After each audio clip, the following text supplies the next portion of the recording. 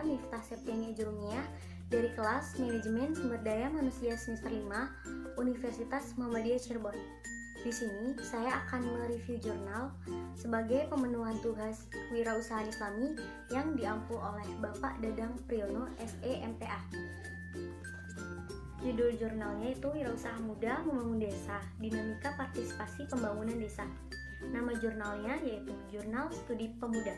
Volume dan halaman, volumenya 4, nomor 2. Tahunnya itu 2015. Penulisnya Dewi Cahyani Puspitasari.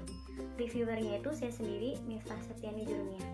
Tanggal reviewnya itu 1 Februari 2021. Yang pertama yaitu ada pendahuluan. Pembangunan desa dalam konteks kekinian menunjukkan arah pada kemandirian masyarakat. Pendapat dari Agusta DKK 2014 memberi poin penting bahwa kemandirian masyarakat itu dipandang sebagai suatu kondisi yang terbentuk melalui perilaku kolektif masyarakat melalui perubahan sosial. Perubahan perilaku kolektif itu dapat didukung melalui program intervensi masyarakat yang dikembangkan oleh pihak luar atau pemerintah yang mensyaratkan adanya gerakan partisipasi masyarakat.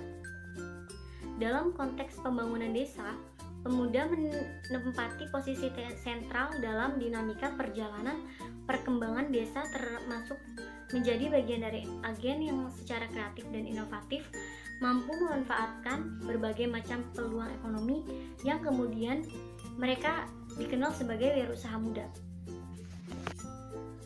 Pengembangan kewirausahaan di desa ini menjadi salah satu bentuk peningkatan nilai tambah bagi desa untuk menuju innovation driven economy sesuai dengan visi pembangunan 2025 yang diwujudkan melalui 3 hal, yaitu yang pertama, meningkatkan nilai tambah dan perluasan rantai nilai proses produksi serta distribusi dari pengelolaan aset dan akses atau potensi sumber daya alam atau SDA, geografis wilayah dan sumber daya manusia SDM melalui penciptaan kegiatan ekonomi yang terintegrasi dan sinergis dalam maupun antar kawasan pusat-pusat pertumbuhan ekonomi.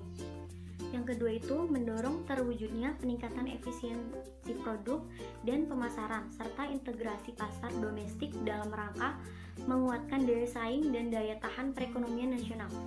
Dan yang terakhir, yang ketiga itu mendorong penguatan sistem inovasi nasional di sisi produksi, proses maupun pemasaran untuk menguatkan daya saing global yang berkelanjutan. Kartika 2013. Selanjutnya, menemukan potensi memobilisasi aset desa. Kondisi wilayah perdesaan yang ada di Indonesia ini memiliki beragam karakteristik sosial, ekonomi, dan tingkat perkembangannya. Secara umum, dalam perumusan kebijakan pembangunan, desa dapat dikelompokkan menjadi 3, yaitu desa cepat berkembang, desa berkembang, dan desa tertinggal. Desa cepat berkembang itu kebanyakan adalah desa yang dekat dengan atau mempunyai akses yang mudah di kota. Kegiatan ekonomi masyarakatnya itu sudah mulai berorientasi pada ekonomi pasar dan menunjukkan perubahan dalam adat dan kebudayaannya. Sementara kelompok desa potensial berkembang, yaitu kegiatan ekonomi masyarakatnya itu ada di sektor primer, yaitu pertanian dan pertambangan dengan ciri homogen dalam hal adat dan kebudayaannya. Untuk kelompok desa yang ketiga, yaitu desa yang mempunyai masalah atau keterbatasan tertentu seperti sumber daya maupun lainnya, sehingga menyebabkan kemiskinan desa. Menurut Rustiadi dan Sagimin 2017. Dari pernyataan tersebut, kedua wilayah yang menjadi kajian ada pada kondisi desa dengan keterbatasan dan masalah sosial. Kan integratif kewirausahaan. Berdasarkan gambar 1 yang telah dijelaskan di jurnal itu, dapat dijelaskan tentang fenomena kedua wirausaha muda desa yang menjadi contoh kasus kajian ini.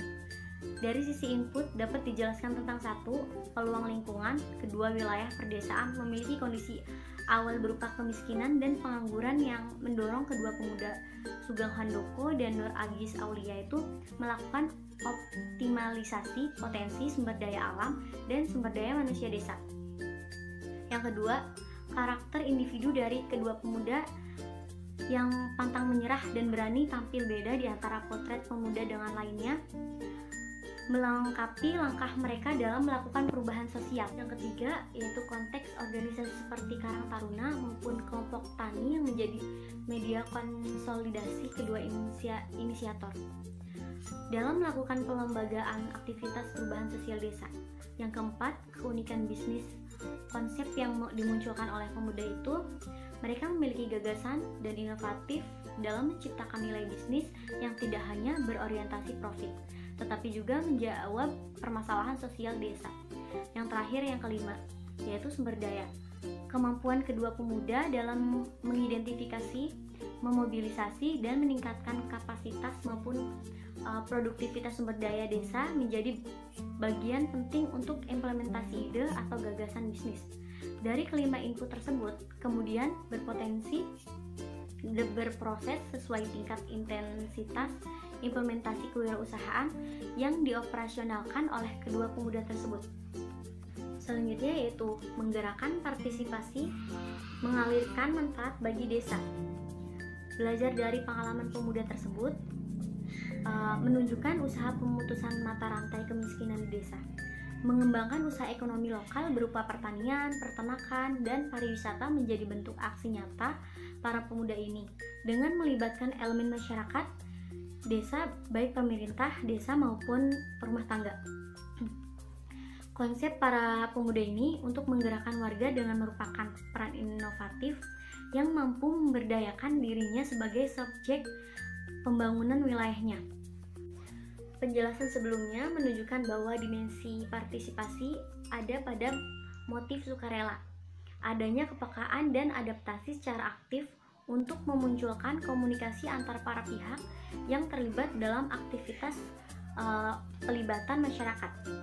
Pengalaman praktik yang dilakukan oleh kedua wirausaha muda ini dalam kajian menunjukkan adanya upaya memobilisasi partisipasi elemen masyarakat dengan melalui komunitas sosial, warga maupun kelembagaan desa.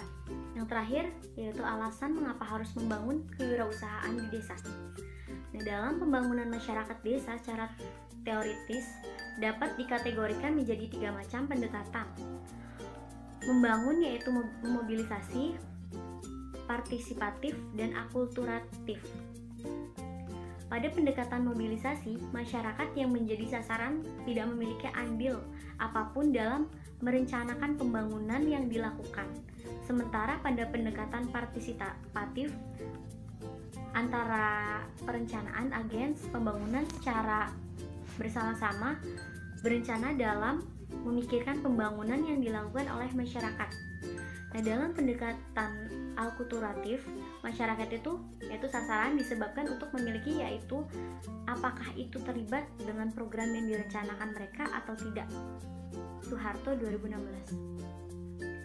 Nah, adanya pendapat tersebut menunjukkan bahwa pembangunan pada desa itu hakikatnya adalah segala bentuk aktivitas masyarakat di desa dalam pembangunan diri, keluarga, masyarakat, dan lingkungan di wilayah desa, baik yang bersifat fisik, ekonomi, sosial, budaya, politik, ketertiban, pertahanan, dan keamanan, agama, dan pemerintahan yang dilakukan secara terencana dan membawa dampak positif terhadap kemajuan desa tersebut.